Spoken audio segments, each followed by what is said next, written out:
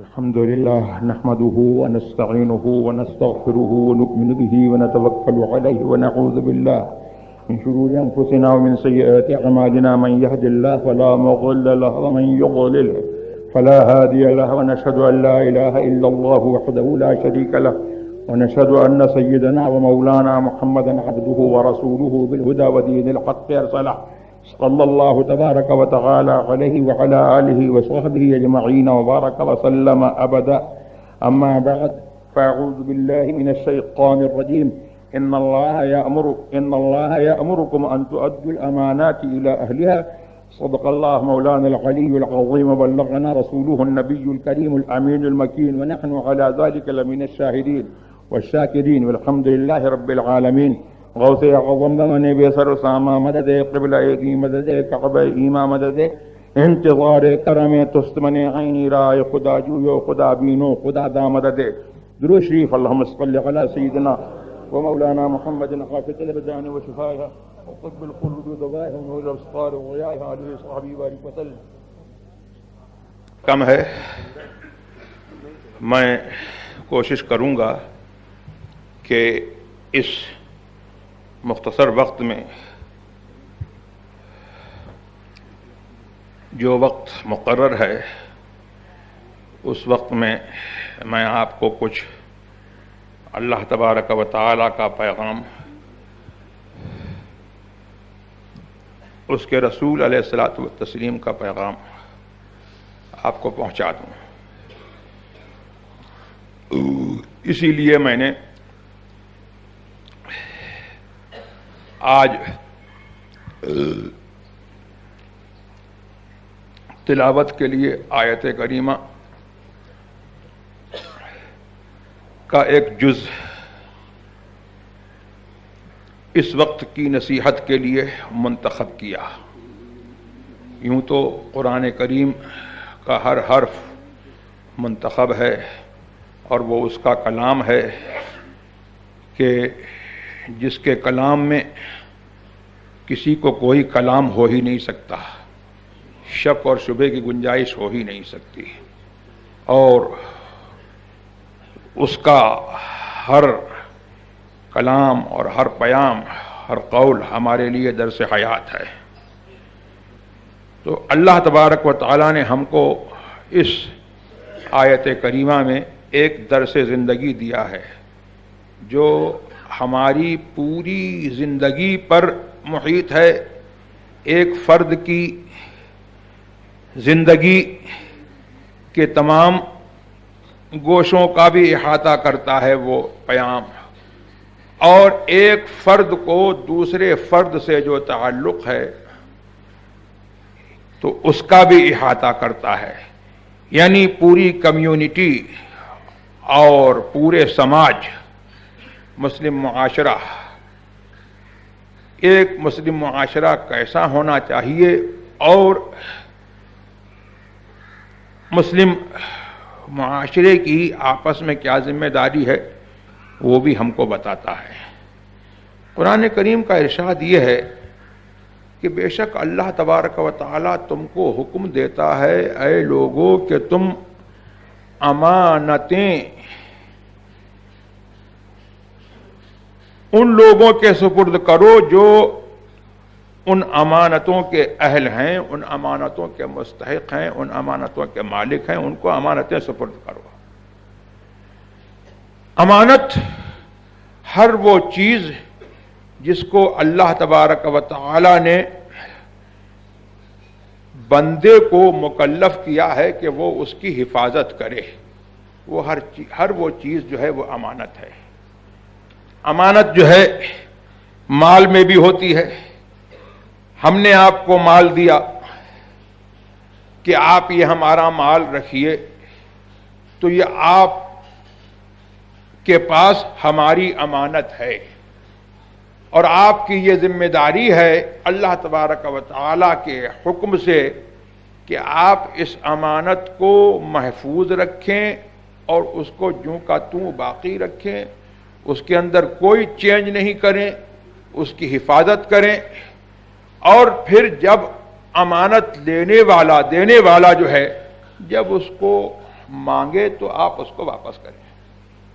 یہ ایک امانت کا وہ مفہوم ہے جو عام طور سے جو ہے پبلکلی جو ہے جس کو عام پبلک سمجھتی ہے، لیکن امانت جو ہے وہ ہر چیز میں ہے. حضرت عبداللہ ابن مسعود رضی اللہ تبارک و تعالی عنہ کا قول ہے کہ امانت ہر شے میں لازم ہے. امانت کا لحاظ یہاں تک کہ طہارت میں، پاکی میں اور غسل جنابت میں بھی امانت کا لحاظ جو ہے وہ لازم ہے. اور امانت جو ہے آدمی کو اپنے دین اور اپنے دنیا کے تمام معاملات میں جو ہے امانت کا لحاظ لازم ہے. یعنی جو جن چیزوں کی اس کو حفاظت کا حکم دیا گیا ہے ان چیزوں کی وہ حفاظت کرے. اور یہاں تک کہ علماء یہ فرماتے ہیں کہ امانت کا مطلب یہ ہے کہ اللہ تبارک و تعالی نے ہمارے جسم میں جو اعضاء رکھے ہیں اور ہمارے جسم میں جو پاورز اللہ تبارک و تعالی نے جو ہم کو پاورز پرووائڈ کیے ہیں، اللہ تبارک و تعالی کی ان پرووائڈڈ پاورز میں جو اللہ کی دی ہوئی طاقتیں ہیں ان میں بھی جو ہے آدمی کو امانت کا لحاظ ضروری ہے. یعنی مطلب یہ ہے کہ آنکھ کی امانت یہ ہے کہ اللہ تبارک و تعالی نے جس چیز کو دیکھنے کا حکم دیا ہے اس کو دیکھے، اور آنکھ کو جس چیز کو دیکھنے سے منع کیا ہے آدمی اس چیز کو نہ دیکھے. کان کی امانت یہ ہے کہ جو بات سننے کا حکم اللہ نے دیا ہے اس کو سنیں، اور جو بات اللہ نے جس بات کو سننے سے منع فرمایا ہے اس سے جو ہے وہ باز رہے. ہاتھ کی امانت یہ ہے کہ جو کام کرنے کا حکم اللہ نے دیا ہے وہ آدمی اس ہاتھ سے جو ہے وہ کام کرے، اور جس سے منع فرمایا ہے آدمی جو ہے اپنے ہاتھ کو اس سے بچائے. پیر کی امانت یہ ہے کہ جہاں پر اللہ نے حکم دیا ہے جانے کا وہاں پر جائے، اور جہاں پر اللہ نے حکم دیا ہے نہ جانے کا وہاں پر ہمارا پیر نہ جائے. اسی طریقے سے جو ہے زبان کی امانت یہ ہے کہ جو بات کہنے کا حکم دیا ہے وہ کرے، وہ کہے، اور جس بات کو کہنے سے منع فرمایا ہے وہ نہ کہے. جس بات کو، جس چیز کو چکھنے کا حکم دیا ہے اس کو چکھے، کھائے، اور جس چیز کو چکھنے سے جو ہے اللہ نے منع کیا ہے اس کو نہ چکھے، اس سے دور رہے. ناک کی امانت یہ ہے کہ جس چیز کو سونگنے کا، اسمیل کرنے کا حکم دیا ہے اس کو جو ہے وہ اسمیل کرے، سونگے، اور جس چیز کو سونگنے سے منع کیا ہے اس کو نہ سونگے. تو آدمی کے پورے جسم میں جو ہے اس امانت کا حکم جو ہے اللہ تبارک و تعالی کا لاگو ہے. اور امانت جو ہے اس کے تین گوشے ہیں. ایک تو بندے کا جو معاملہ رب کے ساتھ ہے اس میں بھی اس کو امانت کا لحاظ ضروری ہے. ایک بندے کا معاملہ جو اپنے نفس کے ساتھ ہے اس میں بھی امانت کا لحاظ ضروری ہے. اور ایک بندے کا معاملہ جو بندوں کے ساتھ میں ہے اس میں بھی امانت کا لحاظ ضروری ہے. اسی امانت میں سے یہ ہے کہ بندہ جو ہے دوسرے بندے کو بھلائی کا حکم دے اور برائی سے اس کو روکے. یعنی امر بالمعروف، بھلائی کا حکم دینا، والنہی عن المنکر، اور برائی سے روکنا، یہ بھی جو ہے وہ امانت کے قبیل سے ہے. تو جب مسلمان جو ہے کسی بندے کو بھلائی کا حکم دیتا ہے تو یہ نہیں ہے کہ وہ حکم جو ہے اس کا حکم ہے، بلکہ وہ رب کی، اس کے رسول کی، اللہ کی اور اس کے رسول صلی اللہ تبارک و تعالی علیہ وسلم کی اور دین کی، اور جو اس کے بزرگ ہیں اس کے اوپر صحابہ کی، اہل بیت کرام کی، بزرگان دین کی ایک امانت جو اس کے پاس ہے اس کے لیے وہ اس بندے کو وہ سونپتا ہے. یہ ہر شخص کو سوچنا چاہیے. اور جب وہ کسی بات سے منع کرتا ہے تو گویا کہ اس کے پاس جو اللہ و رسول کی، بزرگان دین کی امانت ہے تو وہ اس کو جو ہے اس کو وہ سونپتا ہے. تو اسی طریقے سے جو ہے آدمی اگر جو ہے امانت کا لحاظ کر لے تو یہ معاشرہ پوری ہول مسلم کمیونٹی جو ہے یہ مطلب یہ ہے کہ سدھر سکتی ہے اور سنور سکتی ہے. اور کیسی ہو سکتی ہے؟ آج ہمارا حال یہ ہے کہ ہمارا حال جو ہے سب سے برا حال ہے. ہماری اچھی باتیں جو ہیں وہ یورپینس نے، انگریزوں نے، ہندوؤں نے، یہودیوں نے، نصرانیوں نے جو ہے ہماری اچھی باتوں کو جو ہے ہم سے سیکھ لیا اور ہم نے ان کی بری باتوں کو جو ہے ان سے لے لیا. اگر ہم اب اس امانت کا لحاظ رکھیں، جس امانت کی حفاظت کا اللہ نے ہم کو حکم دیا ہے، تو ہم جو ہے ایک مثالی قوم اور ایک پیئرلیس قوم، ایک یونیک قوم اور ایک جو ہے مثالی قوم جو ہے ہم دنیا کے سامنے ہو سکتے ہیں کہ دنیا جو ہے ہمارا چہرہ دیکھے گی، ہمارے اٹھنے کو دیکھے گی، ہمارے بیٹھنے کو دیکھے گی، ہمارے بیہیویئرز کو دیکھے گی، تو دنیا جو ہے ہم کو دیکھ کر کے جو ہے وہ سدھرے گی. تو یہ جو ہے اللہ تبارک و تعالیٰ کا پیغام ہے.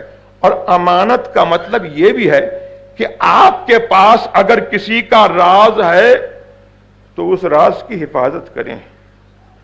آپ کے پاس اگر کسی کا راز ہے تو اس راز کی حفاظت کریں. یعنی بندہ دوسرے بندے کے راز کی حفاظت کرے. اور یہ بھی ہے کہ اللہ و رسول کا اگر کوئی راز آپ کے پاس ہے تو آپ جو ہے اس راز کی حفاظت کریں. یعنی مطلب یہ ہے کہ جو لوگ جو ہے اس راز کو جاننے کے اہل نہیں ہیں، آپ وہ راز ان کو نہ بتائیں، بلکہ آپ کی یہ بھی ذمہ داری ہے کہ آپ کا جو اپنا راز ہے، شریعت آپ کو جو ہے ایڈوائز کرتی ہے، بلکہ آپ کو آرڈر کرتی ہے کہ آپ اپنا راز جو ہے وہ ایسے لوگوں کو نہ بتائیں کہ ان کو راز بتانے سے جو ہے آپ کو نقصان پہنچے. اسی لیے جو ہے شریعت میں جو ہے یہ فرمایا کہ امرہم شورا بینہم، یہ مسلمان جماعت جو ہے وہ جماعت ہے کہ ان کا مشورہ جو، ان کا معاملہ جو ہے وہ یہ ہے کہ ان کا معاملہ، ہر معاملہ جو ہے وہ آپس کے مشورے سے طے ہوتا ہے. مسلمان کی شان نہیں ہے کہ دوسرے غیر مسلم سے وہ مشورہ کرے. مسلمان کی شان یہ نہیں ہے کہ غیر مسلم کو اپنا راز بتائے. مسلمان کی شان نہیں ہے کہ غیر مسلم کو اپنا رازدار بنائے، بلکہ مسلمان کی شان یہ ہے کہ مسلمان سے مشورہ کرے، مسلمان کو اپنا راز بتائے اور مسلمان کو اپنا رازدار بنائے. اور مسلمان جو ہے ہر چھوٹے سے چھوٹے معاملے میں، بڑے سے بڑے معاملے میں، دین کے معاملے میں، دنیا کے معاملے میں مسلمان جو ہے مسلمان سے ان ٹچ رہے. یہ مسلمان کی شان نہیں ہے کہ اپنے جو ہے معاملات میں جو ہے وہ دوسروں کو دخیل کرے. اگر یہی تو بڑی بات ہے کہ آج جو قوم مسلم کو نقصان پہنچ رہا ہے، وہ بات کیا ہے؟ وہ بات یہ ہے کہ مسلمان نے جو ہے غیر مسلموں کو اپنا رازدار بنا لیا ہے، غیر مسلموں کو اپنی جو ہے کمیونٹی میں ملا لیا ہے، اور غیر مسلموں نے اور مسلموں نے جو ہے مل کر کے جو ہے کونسل بنا لی ہے، کمیونٹی بنا لی ہے، یا کوئی جو ہے انہوں نے جو ہے کوئی کمیٹی بنا لی ہے کہ اس کے اندر مسلم بھی شامل ہے، غیر مسلم بھی شامل ہے. یہ قرآن عظیم کا منشا نہیں ہے. یہ جو ہے امانت کو اہل امانت کے پاس سونپنے کا جو حکم ہے اس کے بالکل خلاف ہے. بلکہ قرآن عظیم کا منشا یہ ہے کہ مسلمان جو ہے مسلمان کو رازدار بنائے، اور مسلمان سے اپنا راز کہے، مسلمان دوسرے کو اپنا راز جو ہے وہ نہ پہنچائے. آج جو قوم مسلم کو نقصان پہنچ رہا ہے وہ اسی وجہ سے پہنچ رہا ہے کہ قوم مسلم کو جو امانت اللہ تبارک و تعالیٰ نے سونپی ہے اس امانت کا قوم مسلم جو ہے لحاظ نہیں کر رہی ہے، اور اس امانت کو پہنچانے میں جو ہے وہ اس کے ادا کرنے میں جو ہے وہ کوتاہی سے کام لے رہی ہے. اس لیے جو ہے قوم مسلم کو جو ہے اس کا نقصان پہنچ رہا ہے. میرے سرکار ابد قرار جناب احمد مجتبی محمد مصطفیٰ صلی اللہ تبارک و تعالی علیہ وسلم نے سچی خبر دی. اور کیسی خبر دی؟ سبحان اللہ. یہ وہابی کا دین ہوگا کہ جس کے دین میں جو ہے نبی کو جو ہے پیچھے کی خبر نہیں ہوگی، دیوار کے پیچھے کا حال نہیں معلوم ہوگا، لیکن میرا رسول سنی کا رسول، مومن کا رسول، قرآن کا رسول، حدیث کا رسول، صحابہ کا رسول وہ ہے اللہ اکبر جو ہزاروں برس پہلے جو ہے اپنی جو ہے مدینہ شریف پہ جو ہے بیٹھ کر کے جو ہے ایسے دیکھ رہا ہے کہ گویا کہ جو ہے پوری ورلڈ جو ہے ایٹ اے گلیس اس کے سامنے ہے، پوری دنیا کو وہ دیکھ رہا ہے۔ وہ فرما رہے ہیں اول ما يرفع من هذه الامه الامانه واخر ما يبقى الصلاه وسيصلي قوم لا دين لهم، سب سے پہلی چیز جو اس امت سے اٹھ جائے گی وہ امانت ہوگی، اور سب سے بعد میں جو باقی رہنے والی چیز ہوگی وہ نماز ہوگی۔ یعنی نماز جو ہے بظاہر جو ہے دیکھا جائے گا کہ نماز باقی رہ گئی ہے، صورت نماز باقی رہ جائے گی، حقیقت نماز جو ہے وہ باقی نہیں رہے گی۔ کیوں؟ اس لیے کہ امانت لوگ کھو دیں گے، امانت جو ہے لوگ کھو دیں گے، اور امانت کا کھونا جو ہے وہ دین کا کھونا ہے۔ میرے سرکار سے ایک حدیث میں مروی ہے، ایک صحابی نے کہا کہ سرکار نے ہم کو جب بھی خطبہ دیا تو کم ایسا ہوا کہ سرکار نے یہ نہ کہا ہو کہ لا ایمان لمن لا امانت لہ، الا لا ایمان لمن لا امانت لہ، الا لا ایمان لمن لا امانت لہ، الا لا ایمان لمن لا امانت لہ، ولا دین لمن لا عہد لہ۔ سن لو کہ ایمان اس کا نہیں ہے جس کے پاس امانت نہیں ہے، سن لو عہد اس کا نہیں ہے جس کے پاس جو ہے دین نہیں ہے۔ تو اللہ کی طرف سے جو عہد ہے حفاظت کا، تم اس کی امانت کی حفاظت کرو گے تو اللہ کی طرف سے جو ہے اس کے ذمہ کرم پر ہے کہ تمہارے دین کی حفاظت کرے گا، تمہاری حفاظت کرے گا۔ اور اگر تم اس کی امانت جو ہے کھو دو گے تو اللہ کے لیے جو ہے ایسی قوم کے لیے کوئی عہد نہیں ہے، نہ دنیا میں تمہاری حفاظت ہوگی، اور اگر معاذ اللہ رب العالمین کسی اور حالت پر مرے تو آخرت کا حال تو جو ہے اس سے بھی برا ہے۔ تو ایمان جو ہے امانت کا کی حفاظت کرنا جو ہے یہ ایمان کا جو ہے بہت بڑا جز ہے، اور امانت جو ہے ایک معنی میں جو ہے وہ ایمان ہی ہے، اور کلمہ طیبہ بھی جو ہے وہ امانت ہے۔ اب بہت سے لوگ ایسے ہیں کہ کلمہ طیبہ تو پڑھتے ہیں لیکن کلمہ طیبہ پڑھنے کے ساتھ ساتھ جو ہے جو کلمہ طیبہ کا مفہوم ہے وہ اس مفہوم کو جو ہے ادا نہیں کرتے ہیں، اور کلمہ طیبہ پڑھتے ہیں اور گویا کہ وہ سمجھ کر کے نہیں پڑھتے ہیں۔ کلمہ پڑھتا ہے رسول کا لیکن کہتا ہے کہ ہم جیسے ہیں، کلمہ پڑھتا ہے رسول کا لیکن کہتا ہے کہ یہ کچھ نہیں کر سکتے، ان کو کوئی اختیار نہیں، کلمہ پڑھتا ہے رسول کا لیکن کہتا ہے کہ یہ کچھ نہیں جانتے۔ تو پھر کلمہ پڑھنا جو ہے یہ کس کام کا ہے؟ کلمہ ہم کو بتاتا ہے کہ جس کا ہم کلمہ پڑھ رہے ہیں وہ ہمارا حاکم ہے۔ رسول تو اب انسان تو ہے لیکن ایسا انسان ہے کہ اس جیسا کوئی انسان نہیں ہے، وہ ہمارا حاکم ہے۔ کلمہ پڑھتے ہیں ہم رسول کا تو کلمہ ہم کو یہ بتاتا ہے کہ وہ ایسا جاننے والا ہے کہ وہ خدا کے راز کو جانتا ہے، اور خدا کے راز کو اس نے ہم تک پہنچایا ہے جان کر کے۔ اور کلمہ ہم نے رسول کا پڑھا تو ہم یہ جانتے ہیں کہ وہ ہمارا جو ہے ایسا حاکم ہے کہ رسولوں کا بھی حاکم ہے، نبیوں کا بھی حاکم ہے، ان کی امتوں کا بھی حاکم ہے، ہمارا بھی حاکم ہے، اور قیامت تک جو ہے حکم اسی کا چلنے والا ہے۔ اب اس حاکم نے جو ہے ہم کو منع کیا کہ غیر مسلموں کو رازدار مت بناؤ، غیر مسلموں سے مت ملو، تو اب جو ہے وہ کہیں جو ہے کسی بھی نام سے جو ہے کوئی کونسل بنے جس میں غیر مسلموں کو جو ہے شریک کیا جائے وہ خدا کے اور اس کے رسول کے حکم کے خلاف ہے۔ اعلیٰ حضرت نے جو ہے اسی لیے جو ہے ندوے کا رد کیا تھا۔ حضور کے زمانے میں بھی جو ہے ندوہ تھا، حضور کے زمانے میں جب حضور تشریف فرما تھے تو بھی ندوہ تھا۔ تو ندوے کا کیا کام تھا؟ ندوے کا کام یہ تھا کنسپائریسی اگینسٹ مسلم۔ اس کا کیا کام تھا؟ کنسپریسی اگینسٹ مسلم، مسلمانوں کے خلاف جو ہے سازش کرنا اور رسول کے خلاف سازش کرنا۔ اس زمانے کے ندوے والے جو ہے کیا سوچتے تھے؟ رسول کو قتل کر دو معاذ اللہ، رسول کے دین کو جو ہے برباد کر دو معاذ اللہ، رسول کو قید کر دو معاذ اللہ، رسول کو ان کے گھر سے نکال دو، ان کے شہر سے نکال دو۔ یہ سب قرآن کریم کے بارے میں قرآن کریم میں ان کی سازشوں کا اللہ تبارک و تعالیٰ نے ذکر کیا۔ تو اس زمانے میں جو ندوہ تھا وہ بھی رسول کے خلاف جو ہے سازش کرتا تھا. اب اس زمانے کا ندوہ جو ہے اس نے بھی جو ہے رسول کے دین کے خلاف یہ سازش کی اور اس نے نعرہ لگایا کہ ہر کلمہ گو مسلمان ہے. میں کہتا ہوں کہ ہر کلمہ گو مسلمان ہے.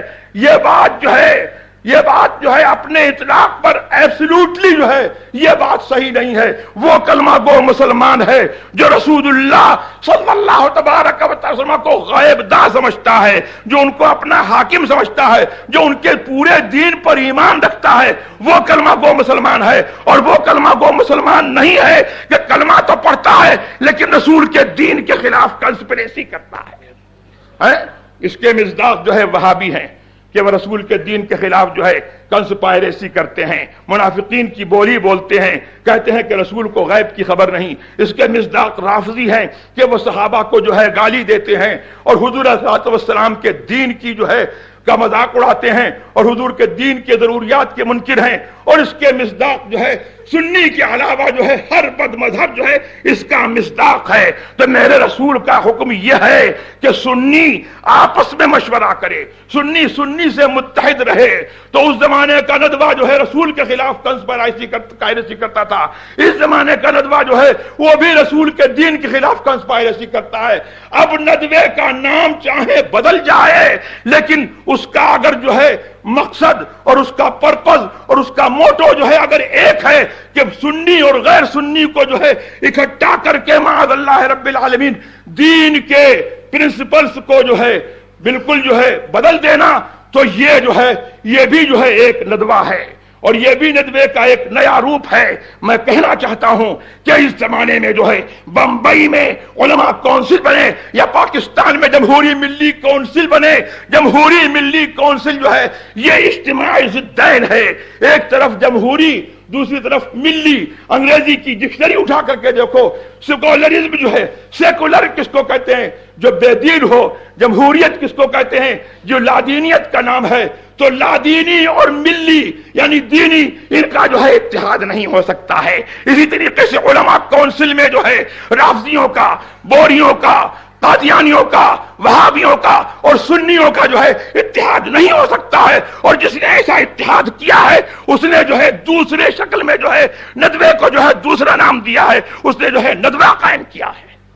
تو میرا جو ہے آپ سے جو ہے صرف یہی جو ہے کہنا ہے کہ اہل سنت کے مسلک کے اوپر جو ہے آپ حضرات قائم رہیں اور سنی جو ہے سنی کے ساتھ جو ہے متحد رہے, سنی کو رازدار بنائے. سنی علماء کونسل بنے یا سنیوں کی جو ہے کوئی مشورت کمیٹی بنے, الحمدللہ چشم ماں روشن و دل ماں شاد. اور اگر جو ہے کوئی اس قسم کے اس کے خلاف جو ہے اگر کوئی روش چلتی ہے تو آپ جو ہے اس سے ہوشیار رہیں. ان اللہ یامرکم ان تؤدوا الامانات الی اہلھا, اللہ کا حکم یہ ہے کہ اللہ کی امانتیں جو ہے ان کے اہل کے اور ان کے جو مالک ہیں, ان کے جو مستحق ہیں, ان کو سونپو. اپنا رازدار غیروں کو مت بناؤ, اسی میں جو ہے آپ کا فائدہ ہے. قرآن کریم نے ارشاد فرمایا یا ایھا الذین آمنوا لا تتخذوا بطانة من دونکم لا یعلونکم خبالا قد بدت البغضاء من افواہہم وما تخفی صدورہم اکبر. اے لوگو, اپنے سوا مسلمانوں کے سوا جو ہے سنیوں کے سوا دوسروں کو اپنا رازدار مت بناؤ, ان کے ساتھ مت بیٹھو, ان کے ساتھ جو ہے راز کی باتیں مت کرو, اس لیے کہ وہ تمہارے گھاٹے میں, تمہارے خسارے میں, تمہیں نقصان پہنچانے میں گئی نہیں کریں گے, کوئی کسر نہیں چھوڑیں گے. اور ان کی عداوت جو ہے ان کے منہ سے ظاہر ہو چکی اور جو ان کے دل چھپائے ہوئے ہیں وہ بہت بڑا ہے. اللہ تبارک و تعالی مسلمانوں کو سمجھ دے اور ہم کو, تم کو, سب کو صحابہ کرام کے اور اہل بیت اعظام کے مسلک پر قائم رکھے, جس کی ترجمانی آج مسلک اعلی حضرت کے نام سے ہوتی ہے. اس کا نام جو ہے دوسرا جو ہے نام مسلک اعلی حضرت ہے, ورنہ یہ دین جو ہے حقیقتاً صحابہ کا دین ہے, رسول اللہ کا دین ہے. اعلی حضرت فرماتے ہیں کہ اہل سنت کا ہے بیڑا پار, اصحاب حضور نجم ہیں اور ناؤ ہے عطرت رسول اللہ کی. وآخر دعوانا الحمدللہ رب العالمین. الحمدللہ نحمده ونستعینه ونستغفره ونؤمن به ونتوکل علیہ ونعوذ باللہ من شرور انفسنا ومن سیئات اعمالنا. من يهد الله فلا مضل له ومن يضلل فلا هادي له، ونشهد أن لا إله إلا الله وحده لا شريك له، ونشهد أن